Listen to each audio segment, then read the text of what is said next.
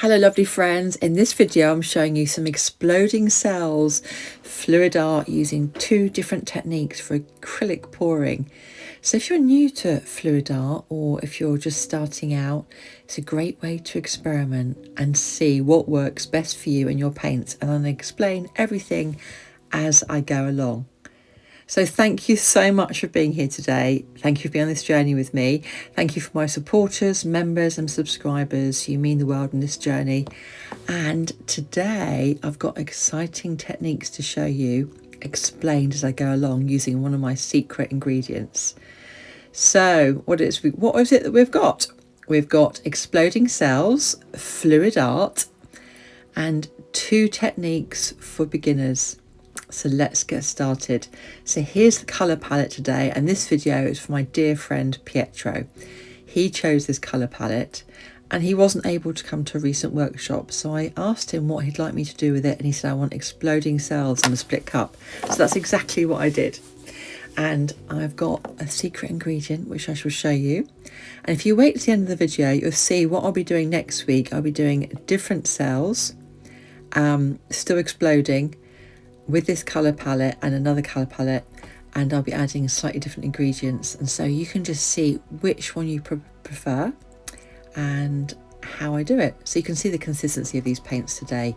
They are nice and runny, almost like warm honey, and I'm adding a couple of drops of silicone. This is Pebeo silicone, mixing it all together, and then I'm pouring the colours into the cup. Now when you're doing a split cup, you pour the ones that you want to be a little bit more prominent into the centre cups.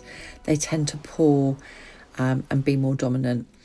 So what I'm playing with today is I'm putting a little bit less of the centre colours and I'm putting a little bit more on the outer colours. It's very hard to see, but I'm basically filling the cup about 3/4 full. So I'm putting gold on the side, and when you use a metallic paint like this gold, all of my paints here today are Pebeo. I've just added a bit of white to the blue, which is the ultramarine blue with white in it. And this Pebeo is a beautiful iridescent red.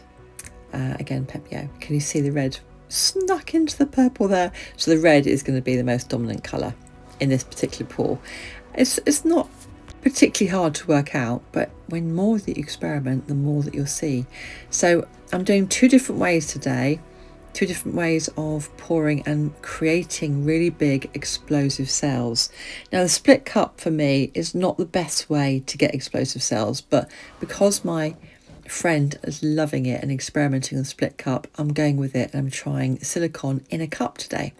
So I'm very carefully, you can see just how high I'm using the cup, tilted about 85-90 degrees, and I'm very steadily moving slowly across the canvas, just creating a nice pattern in abstract form, just going with where the paint feels right to me. And you can make sure that the paint is close to the canvas like this, 3 or 4 inches away, or you can lift it up higher. And I'll show you in my second painting today exactly that. I really exaggerate being high and then going down low. So as I'm pouring, you can see some cells from the silicone coming out, and it's not quite explosive at this stage, and I haven't actually used my heat gun or my blowtorch or my extended lighter, which I use all 3 of them or any of them depending on what effect I want. The strongest ones have more of an effect, but you can see them forming gently. Now my next one, I'm really going for it, and I use the heat gun before and after tilting. Now that's the key difference here. So you can see now I've finished pouring, and I'm just using my extended lighter just to gently pop any surface bubbles that I can see. This is great for art that you don't particularly want cells in as well, but I wanted to show you, for the sake of this video and demonstration, exactly what happens when you heat the cells before gently and when you heat them a little bit more vigorously, as I do in the second painting. So now I'm just going to tilt it out, going with whatever I'd like composition wise. And so you can see as I create this new composition, and as I allow the paint to flow, I wanted to add a little bit more of the base paint, blue, so that the paint would flow nicely over it. Now sometimes you can put so much paint on the canvas you don't need to put anything else on it, but I do quite like creating a pattern, and then once I've got a pattern I like, or composition, I like adding any colour you can put in, depending on what you like, as a glider, so you can let the painting glide off so much more smoothly. Did you see that? So enjoy this composition for a moment. I'm going to use a chain pull in a moment to fill in and to add a bit more of a composition in the gold, because I found the gold was lovely, but it could be a wonderful backdrop for the reds and the blues. I'll come back shortly, show you the results, and then I'm going to be showing you the second technique. I'm so excited to show you how quickly these cells explode.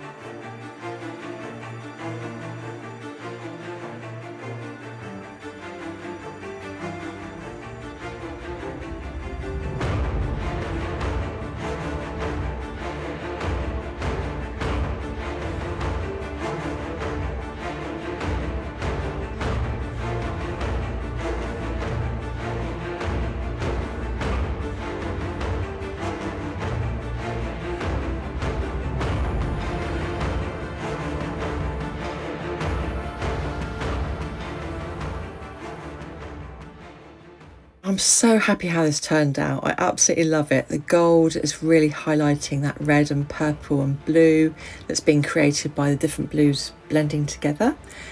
Pietro has chosen a fantastic colour palette, really bold, almost primary, but with real depth to it. So now I've created this one, you can see all the cells that have exploded on the outside.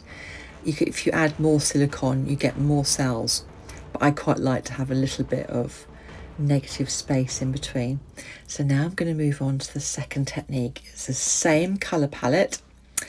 I've got silicone again, haven't added any more, I'm just using the rest of the paint, and I'm going to add that now to the split cup, and I'm going to pour it onto the same canvas. I've now scraped that painting, and some people think, oh no, but I do so many of these. I then reuse the paint, filter it through, and I make it into a darker base to be used for later, so don't worry, I don't waste my paints.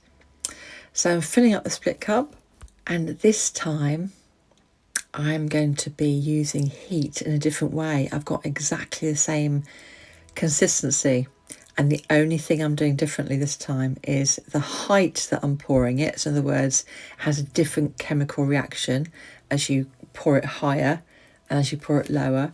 And I'm also going to be using a more forceful heat. Now, sometimes when I was first learning fluid art, I was really wondering what the difference was when the paintings looked different. And this is the difference here. Now in my next video next week, if you saw what I did last week, I had used Floetrol and no silicone, and I did a swipe. Next week I'm going to be doing a blowout from the centre with a hairdryer and using my mouth using Floetrol. So if you want to have a link to that one, I'll put it in the description and in the comments below. So I'm just wiping the canvas clean now, and I'm pouring straight away from about 4 or 5 inches, very similar to last time. And then I'm going to be lifting it up and doing it from a greater height. And then I'm going to be bringing it down again and showing at a smaller height, a smaller distance from the canvas. And I can see already cells coming out. And this one, the cells exploded crazily. It was so interesting to watch. So I'll leave you for a moment, enjoy the music, watch the cells create. Notice the distance that the cup is from the canvas. And it doesn't have to be a split cup, it could be a dirty pour, it can be any form of fluid art pour. But it does make a difference when you do it higher and lower as to how the paints chemically interact with each other. I'm going to put all the ingredients in the description, so any questions let me know in the comments, and I'll be back shortly as I begin to create the cells and create the composition.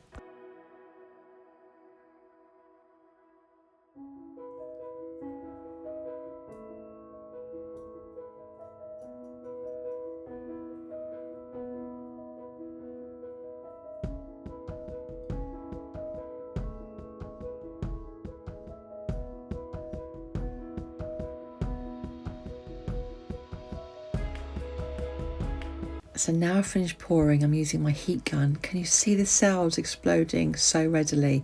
Now, if you really like the composition on one part of the canvas, you then choose where you want to tilt it. I love that in itself, actually. So I could have put some base paint around the outside. I could have used any of the colours to use as a base paint, but I decided there's enough paint on the canvas this time, and so I tilted it. So that's another different way. Not only have I not put base paint around it, I've first of all used my heat gun. I've also used the pouring from a higher and a lower distance from the canvas, and I'm now tilting it. So you can see the cells are bigger. Now I must admit, I preferred the last one. Which one do you prefer? Right, I'm going to come back now in a few moments, watch these cells create and expand, and then I'd love to know what you think in the comments below. And hold on a bit longer and I can show you a small clip of what I created last week, and I'll put the link to all of the things I'm speaking about in this video in my description and also in the end video. So as we come towards the end, and I've just showed you 2 different ways to create exploding cells, and I'm going on to show you how to use those beautiful peacock cells. You'll have a sneak peek in about 1 minute. I'm just going to say that today was a fun experimental fluid art. where cells expand, burst and bloom into organic patterns, almost like tiny galaxies forming on canvas. So I've walked you through some different approaches today. You've seen movement and you've seen the final finish. So whether you're just starting out or exploring new techniques, it's just a great way to experiment and see what works best with your paints and pouring style.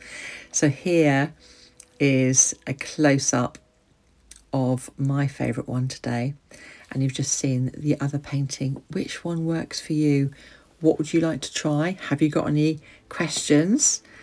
And here is a sneak peek of the exploding cells that I create with my swipe technique. So I'll be using similar looking cells, peacock cells, next week, and I'll be doing that with a slightly different technique. I'll be using the hairdryer and my mouth to do a bloom style. So stay tuned next week. I got most of my learning from my courses with Shelley Art. She's an amazing creator. Please check out her YouTube channel. I'm sure you've heard of her. And don't forget that your art is a piece of you. So keep shining. Thank you for being here, and I hope to see you again soon. Let me know what you think in the comments below. Take care now. Bye.